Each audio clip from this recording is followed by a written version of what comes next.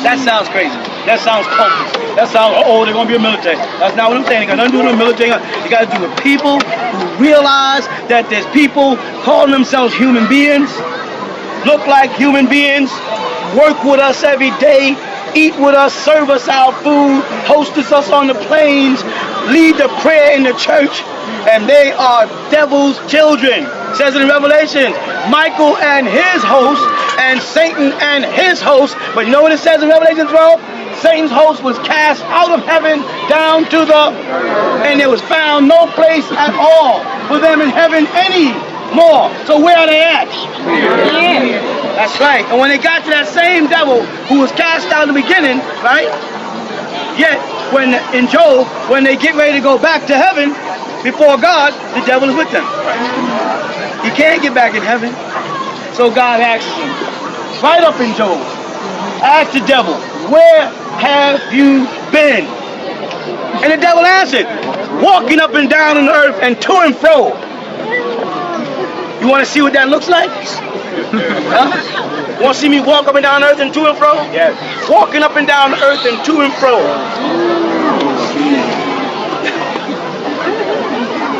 Walking up and down and to and fro.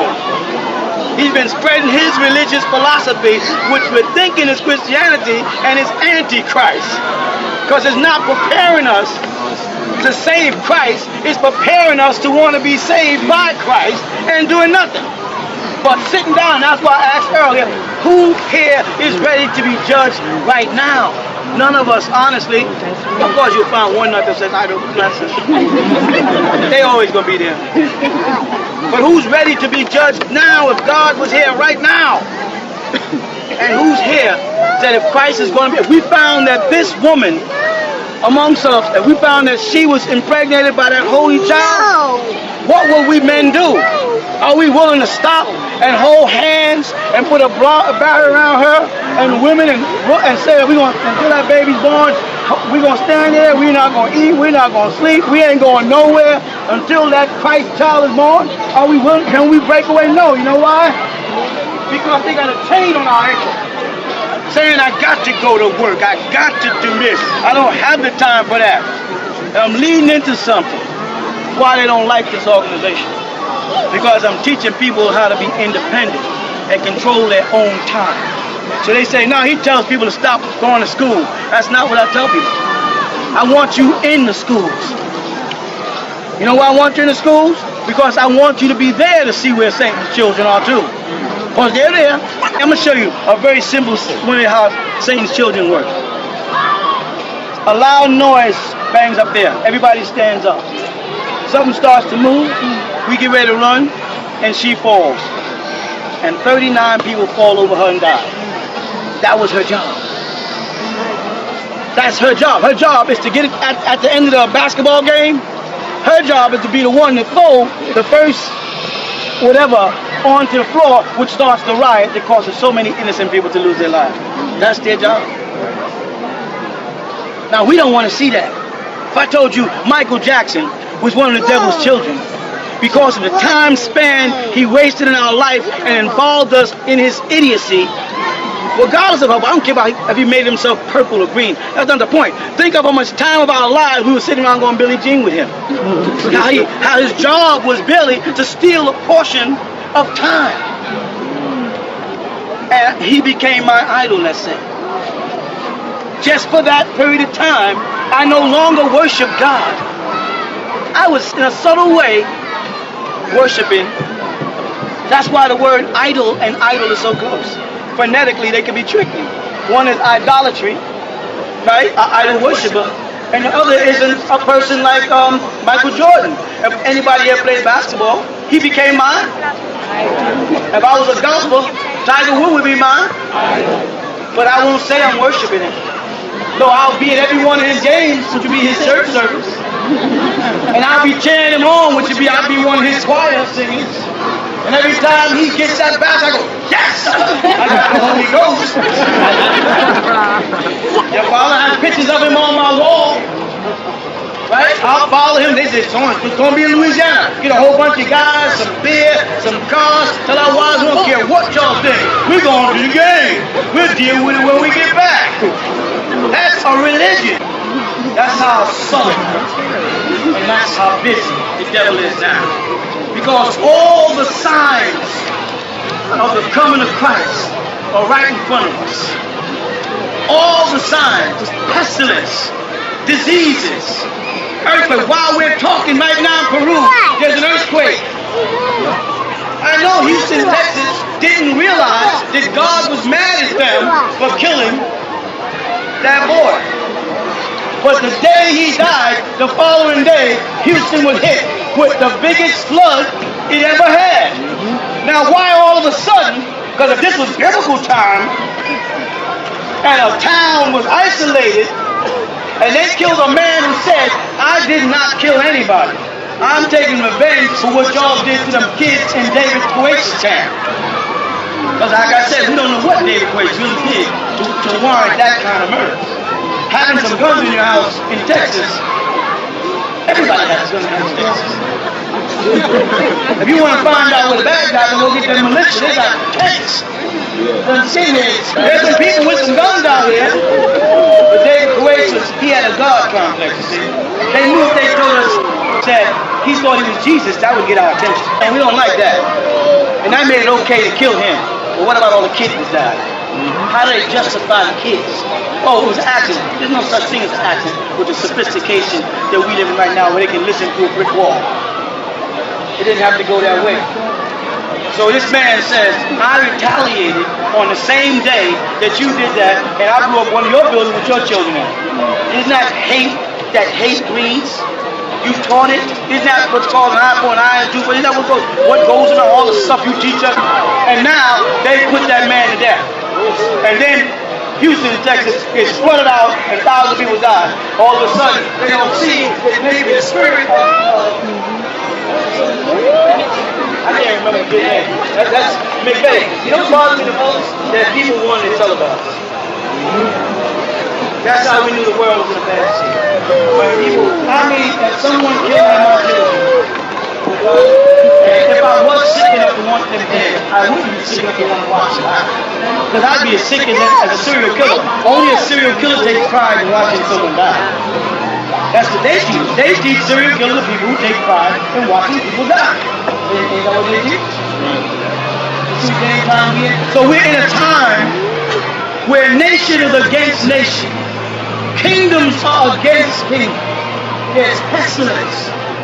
Houston got hit by millions of mosquitoes.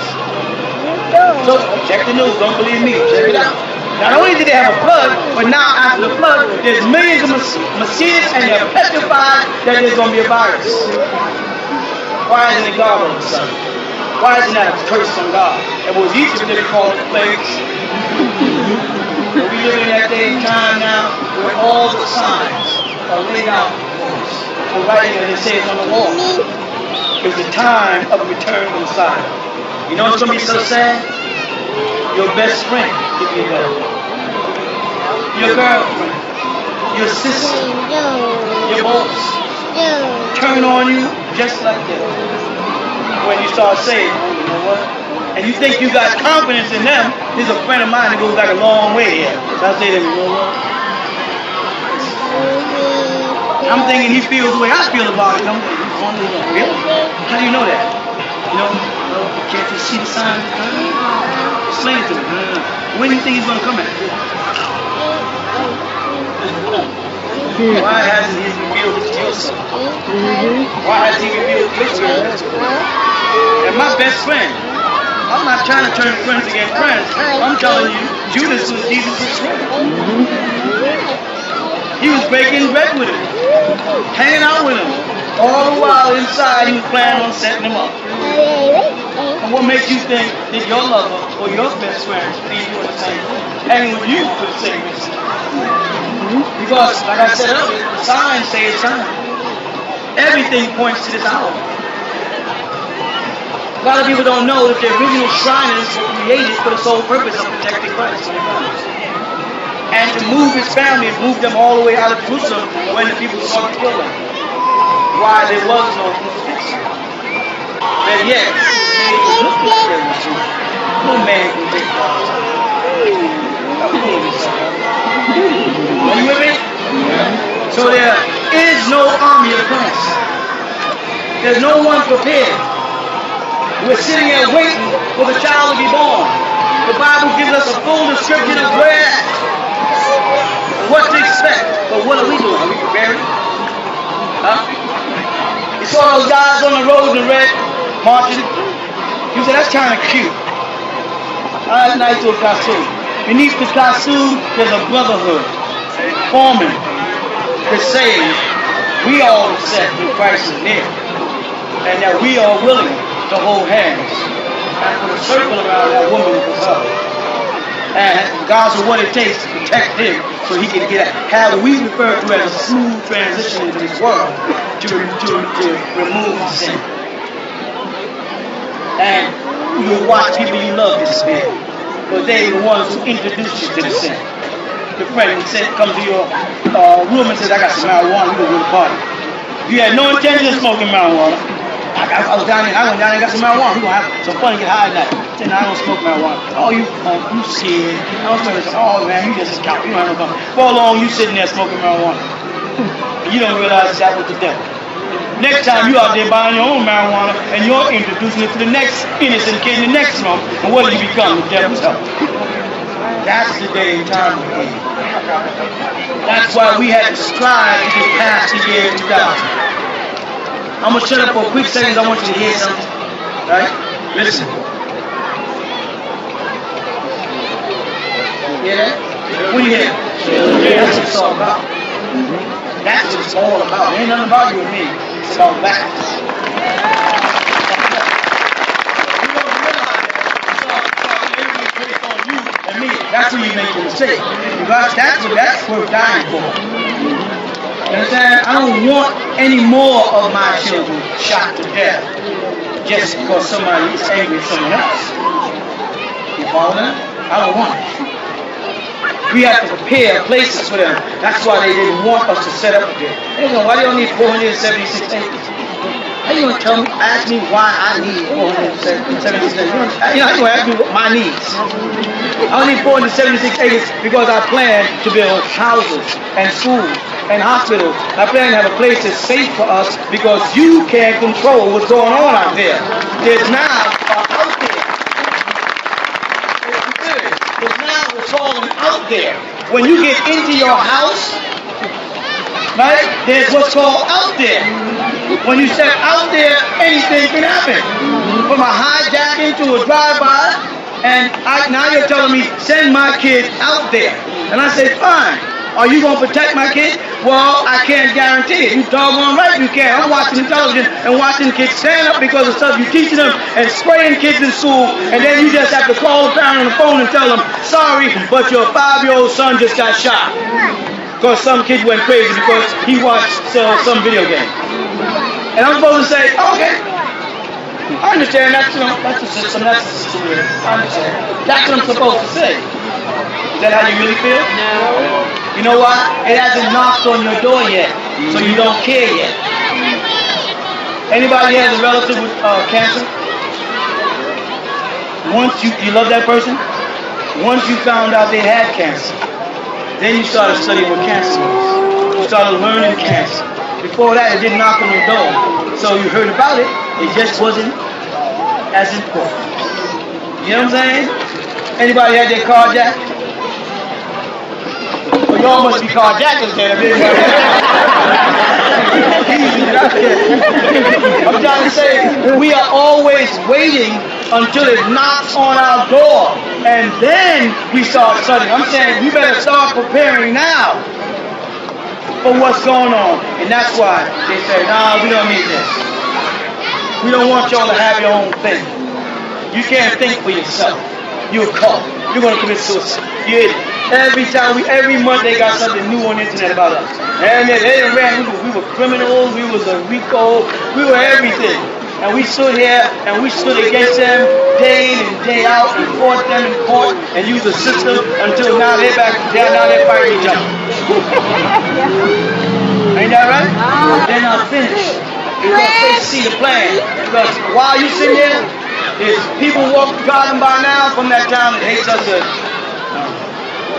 whole lot. They know if all you people move to that town, we can vote anybody in office we want. They know that. Yeah, but no, they can keep each one of us in our own individual world, never moving as a block. So we're non-effective. How are we going to have a place where we can prepare for the secrecy of Christ's birth if we don't have a secret chamber meeting? We can't keep our big mouths shut. You understand what I'm saying? Do you ever think of that? I just want to leave you with that thought. I'm going to start. If Christ is coming, somebody better be prepared to protect them against that dragon in Revelation, because it doesn't say he's protected there. So that dragon is waiting for a woman to give birth to devour the child. That's what it says. Go back and read. Go to Psalms 2. Go to Ephesians. Principalities in high places. There's people plotting. They're government officials, not just government officials, but hobos on the street. They're brotherhood. They're all tied in. That sounds paranoid like heck, though. I said, you walk out there, I see a hobo. Oh, that lady got black fingernails. You can go out your doggone mind. Actually, it's not to be taken to that extreme. It's to arouse a certain amount of consciousness in you. That everybody that looks like they may be John could be Judas. Because Judas and John were all hanging out with Jesus at the same time. One way, one the other. How many people have been betrayed by a best friend or lover? There's a whole lot of it going on in this world, huh? Is that real? Yeah. I ain't gonna hold it with that shoulder tonight. All right.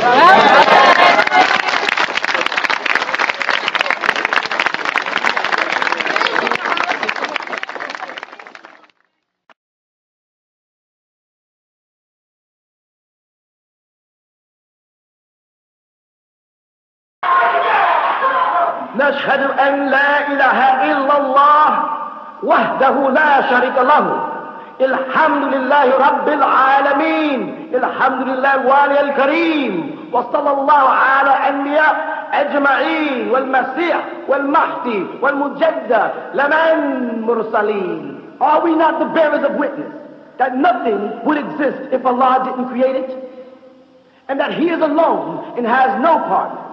And that all gratitude is for Allah subhanahu wa ta'ala, the sustainer of all the boundless universes. All gratitude is for Allah subhanahu wa ta'ala, the generous eternal friend.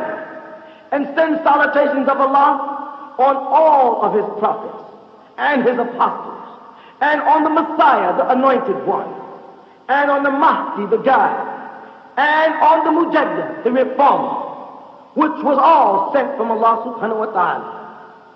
We send greetings and we send peace throughout the boundless universe to all. Assalamu alaikum wa rahmatullahi ta'ala wa barakatuh. You are now listening to The True Light with As-Sayyid Al-Imam Isa Al-Hadi Al-Mahdi. Would you break down chapter 2, verse 7 of the Holy Quran and how it relates to people who hear the truth, but then they always want to argue with you? Okay, إِنَّ الَّذِينَ كَافِرُوا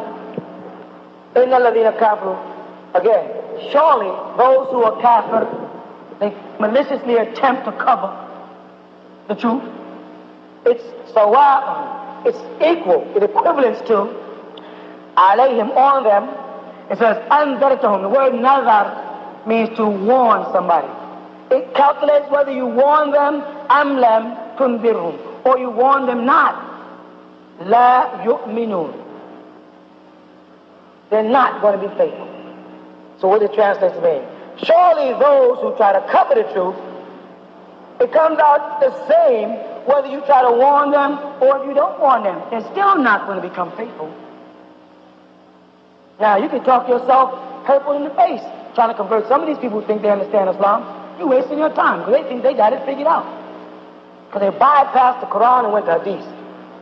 But they bypassed the book called Revelations, and they went into the books of Matthew, Mark, Luke, and John, which are Jesus' hadith. They bypassed the Torah and they went into the Talmud, which is the hadiths of the Torah. And now the Jews live by the Talmud, the Christians live by the books of Matthew, Mark, Luke, and John, and the Muslims are living by Bukhari, Muslim, Shafi, Hanbal, and Hadith people. And all of them have gotten away from the text of Allah. The book of Jesus was the book of Revelation. How do you know? Read it. Anybody got a Bible? Open it to Revelation. It says this is the number one part of Revelation. This is the revelation of Jesus the Messiah, which the Lord gave unto him to show unto his people what must shortly come to pass. That's exactly what it says. You won't find that in the book of Matthew. You won't find that in the book of Mark. You won't find that in the book of John. You won't find that in the book of Luke, Timothy, or any other books. But right in the book of Revelation, Revelation is chapter 1. This is the revelations of Jesus Christ, which the Lord gave unto him to show unto his people what must shortly come to pass. Is that what it says in the Bible? In the book of Revelation? So what book is Jesus' book? The Revelation. It told you. Not Mark, not Matthew, not Luke, not John. Those are his hadiths. And because of those hadiths is why we have so many different denominations. From John the Baptist, we got the Baptist. Got the Pentecostals from the point of the Pentecost. 7-day Adventists for the 7-day advancement of the angels. Jehovah's Witness for Jehovah, it shall be my witness. People took these books.